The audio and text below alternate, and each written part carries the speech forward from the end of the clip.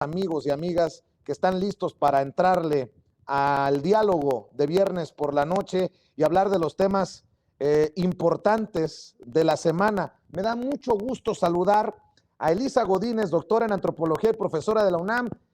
Ya teníamos rato que no te veíamos, Elisa. ¿Cómo estás? Muy buenas tardes, muy buenas noches.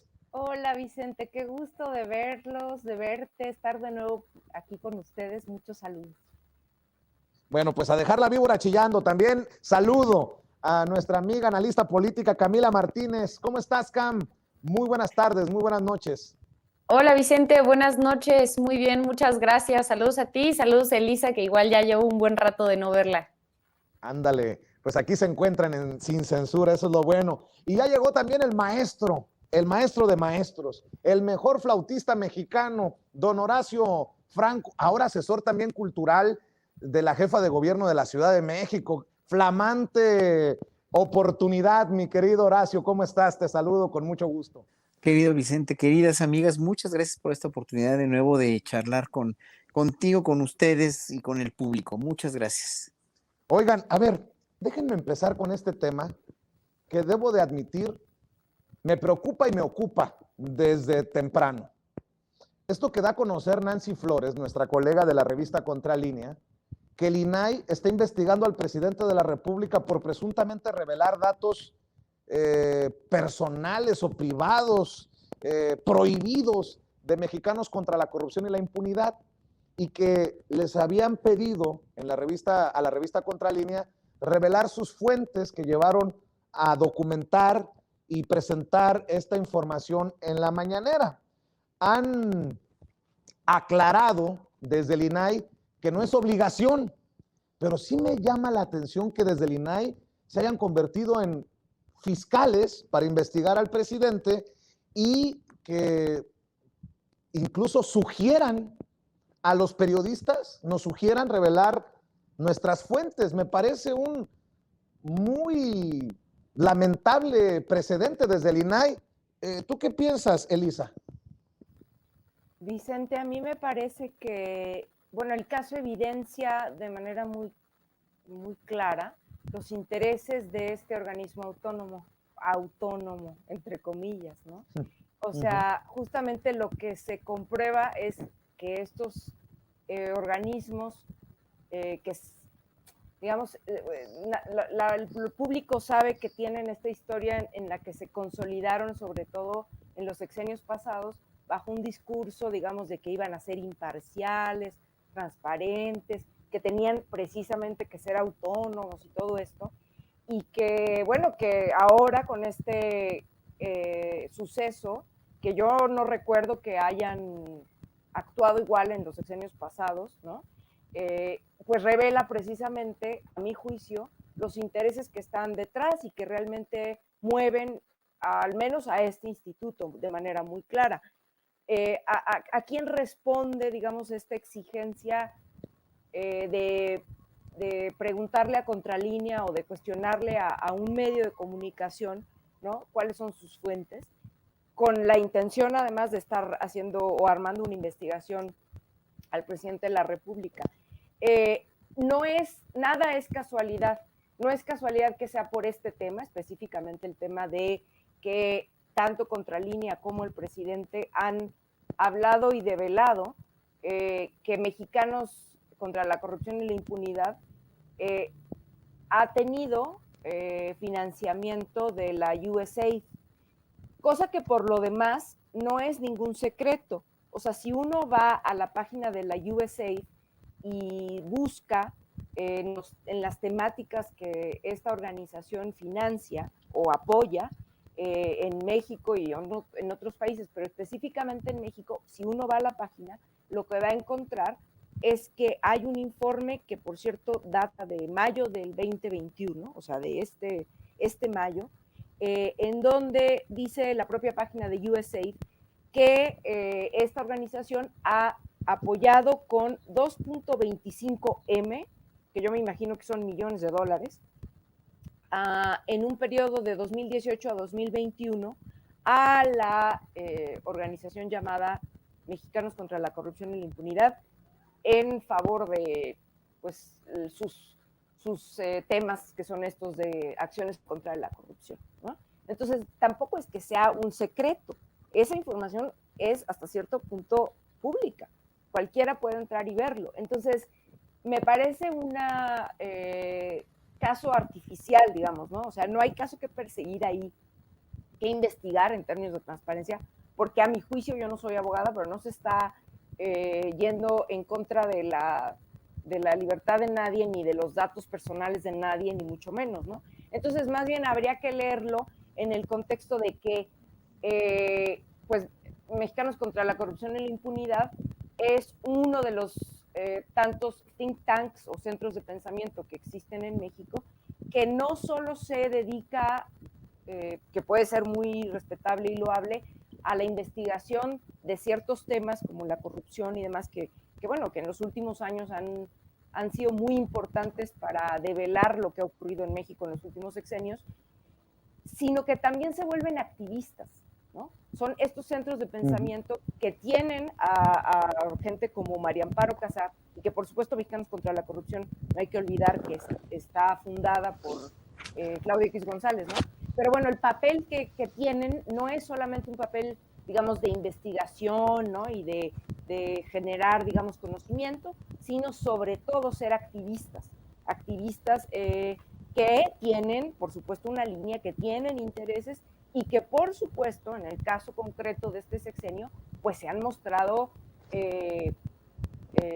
reacios, en términos políticos, quiero decir, no me refiero específicamente a Mexicanos contra la Corrupción en particular, ¿no? Sino que sus promotores y demás, pues son abiertamente opositores al gobierno de López Obrador. Entonces, yo dejaría eso un poco como para entender el contexto de que no hay imparcialidad ni en el INAI, ¿no? Ni en el tema específico ante el cual se está haciendo todo este caso.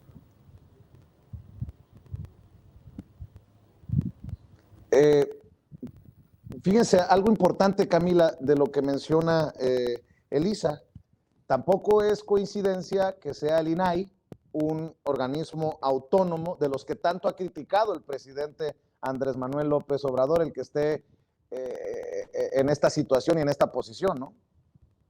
No, para nada. Y justo coincido con Elisa en varias cosas, ¿no? Yo no entiendo por qué la justificación está siendo, es que están develando datos personales o datos privados de Mexicanos contra la Corrupción. A ver, pero ¿por qué sería un dato personal o un dato privado el saber, ¿no? ¿Quién está financiando este tipo de organizaciones? A mí me parece que al contrario, ¿no? Me parece que deberían de tener, pues, estas cartas publicadas donde hablen de los conflictos de interés, donde hablen de los financiadores, ¿no? Digo, si están participando políticamente, pues debería ser información pública también, ¿no? O sea, debería ser información que, como debería ser para los medios de comunicación, como debería ser para quienes hacen investigación y activismo, ¿no? Lo publicaran. A mí me gustaría que, por ejemplo, cuando tú entras a Twitter, tú ves a medios como RT y abajo hay una leyenda que dice: este medio de comunicación está estrechamente ligado con el gobierno de Rusia. Pues así me gustaría que hubiera uno con Mexicanos contra la Corrupción. A ver, esta organización recibe financiamiento de USAID, tal, ¿no? Para que la gente así pudiera saber quién es quien le está hablando, ¿no? Qué intereses puede tener por detrás. Me parece también grave, ¿no?, que un instituto como el INAI esté buscando violar, pues, al final, el secreto del periodismo, ¿no? Yo creo que gran parte de dar a conocer información durante los años que hemos tenido libertad de expresión justamente se basa, ¿no?, en que las y los periodistas puedan salvaguardar la integridad de quienes les están dando estas informaciones, ¿no? Entonces sí me parece grave que tengamos un instituto que ha querido, pues, presentarse ante la opinión pública, ¿no?, desde que se creó, como un aliado del derecho a la información, como un aliado de la ciudadanía, y que hoy veamos que está, pues, desde un espacio de autoridad, ¿no?, presionando, buscando intimidar a, pues, las y los periodistas que están, pues, solamente haciendo su trabajo, ¿no? Entonces, bueno, a mí me parece que sí es un tema grave, ¿no? Es un tema que definitivamente hay que ponerle atención, porque pues no es posible que tengamos, por un lado, pues tanta secrecía, ¿no?, de una cosa tan importante como el financiamiento de USAID a una organización de investigación en nuestro país, ¿no? Y por el otro lado, pues a un instituto supuestamente aliado con la transparencia, supuestamente aliado con la información, y que, bueno, lo que está haciendo es intimidar periodistas. Maestro Horacio Franco, maestro Horacio Franco, ¿tú qué piensas de esta situación? Pues mire, ya lo han dicho, ¿no? Muy expresamente. Yo lo único que digo aquí es que todo eso es un despropósito para intimidar precisamente periodistas, para llamar la atención y para saber, además, qué bueno que pasó, porque finalmente saca el cobre, el INAI, saca el cobre para ver de qué lado masca la iguana, nada más, ¿no? Y estamos viendo que finalmente sí, López Obrador tiene razón, que ha estado siempre advirtiendo y siempre siendo muy puntilloso y muy claro en cada conferencia que menciona estas instituciones que se crearon con un fin para distraer, dijéramos, y para quitarle el poder a las secretarías de Estado, que ya habían venido cada vez más y más y más debilitándose con los gobiernos neoliberales, ¿no? Y tan es así que cuento una anécdota que me pasó a mí con un secretario de Bellas Artes hace varios sexenios, cuando estábamos en el sexenio de Salinas, ¿no? Donde me dijo literalmente, o sea, es que lo que quieren hacer es dejar caer al Instituto Nacional de Bellas Artes, que había estado funcionando desde los 40, hombre, y que había sido una institución, un instituto realmente adscrito a la SEP, sí, pero muy benemérito, o sea, con mucha labor artística, con mucha labor, en verdad, por la cultura de México, ¿no?